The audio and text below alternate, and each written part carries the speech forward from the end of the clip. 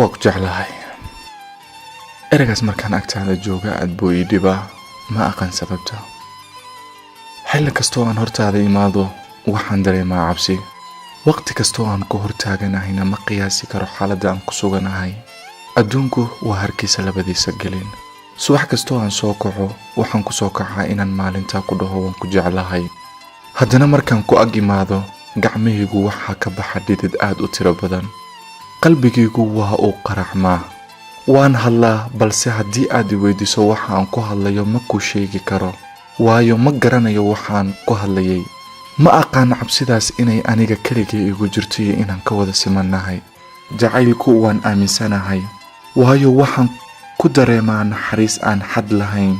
dhag jalaq uma siiyo dadka ku ciyaara jacaylka, waayo waxaan aaminsanahay keyga inuu igala weyn yahay. waan arkaa waqti kastoo gabdha jacaylka ka dhigtay sida make-upka ay marsadaan, sida uu wejigooda uga baaba'o marka ay dhididaan ayuu qalbigoodana uga baaba'aa jacaylka. sidoo kale waxaan arkaa rag jacaylku u isticmaala sida kaarka taleefanka lagu shubto oo kale, waayo kaarka marka uu dhammaado iyagana danahooda ay ka gaaraan waa uu ka dhammaadaa jacaylka. intaa markaan arko qalbigaygana eego waxaan ku farxaa heybadda uu Rabbi i siiyey oo ah bini'aadanimo. taa ayaana wax walba i dareensiiso. haddaan haysto naxariistaas marnaba waxba igama hallaabayaan. jacaylkan qalbigayga ku weyn sidaa ayuu ugu weynaanayaa inta iilka la dhigayo.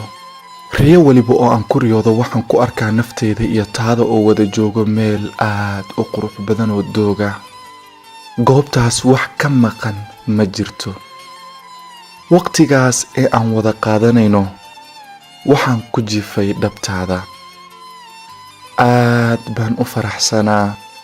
wax aan tabay ma aysan jirin, balse marka aan soo kaco garabkayga midig dabcan waan kaa waayay, sababtoo ah waxaygoo idil waxa ay ku koobnaayeen riyo, lacag, gaari, baqaar raashin ama dukaan, guri, jago dowladeed, magac.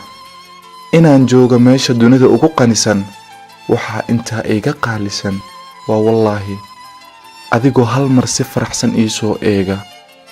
magacayga haddii waa magacayga si tartiib ah ugu dhawaaqdo. wax waliba oo idil intaa ayaa iga qaalisan. kama daalayo xilli kasta inaan ku dhaho waan ku jeclahay.